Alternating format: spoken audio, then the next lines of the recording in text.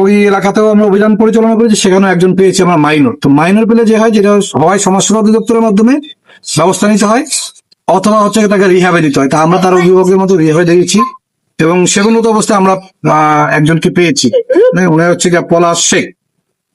তো আপনারা জানেন যে নরমালি মাদকের সাথে কাজ করে অনেকগুলো এন্টিটি কাজ করে, এক্সিকিউটিভ ম্যাজিস্ট্রেট কাজ করে, জুডিশিয়াল ম্যাজিস্ট্রেট কাজ করে, মাদক দ্রব্য অধিদপ্তর কাজ করে, এবং পুলিশ কাজ করে। তো ছোট অপরাধগুলো আমরা এক্সিকিউটিভ ম্যাজিস্ট্রেটে আমল নিতে পারি, যেগুলো সাধারণত সেবন এরকম। আর যেগুলো ব্যবসা করে, ক্যারিয়ার যারা বহন করে বা বাহক, এদেরকে আমরা আমল নিতে পারি না। এবং মাদকদ্রব্য অধিদপ্তর দুবাই ক্ষেত্রেই কাজ করে, বাট পুলিশ তখনই কাজ করতে পারে যদি মাদকদ্রব্য অধিদপ্তরের অক্সিলারি ফোর্স হিসেবে লাগে, অথবা এক্সিকিউটিভ ম্যাজিস্ট্রেট অভিযান চালায়, সেই সময় পুলিশ থাকতে পারে। সাধারণ মানুষের মধ্যে একটা ভুল ধারণা আছে যে এক্সিকিউটিভ ম্যাজিস্ট্রেট শুধুমাত্র ছোট ছোট অপরাধীদেরকে শাস্তি দেয়, যারা বড় মাদকের ব্যবসায়ী অথবা বড় কারবার করে অথবা অনেক বড় ধরনের পরিবহন করে, তাদেরকে এক্সিকিউটিভ ম্যাজিস্ট্রেট শাস্তির আওতায় আনে না।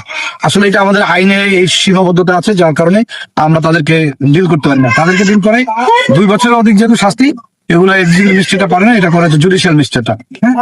এই বিষয়টা আমাদের পরিষ্কার করার জন্য আপনাদেরকে বলা, যাতে করে ভবিষ্যতে সাধারণ মানুষরা যারা ধারণা থেকে কথা বলে, তাদের মধ্যে যেন এই স্পষ্ট আইনের এই বিষয়টা পরিষ্কার হয়।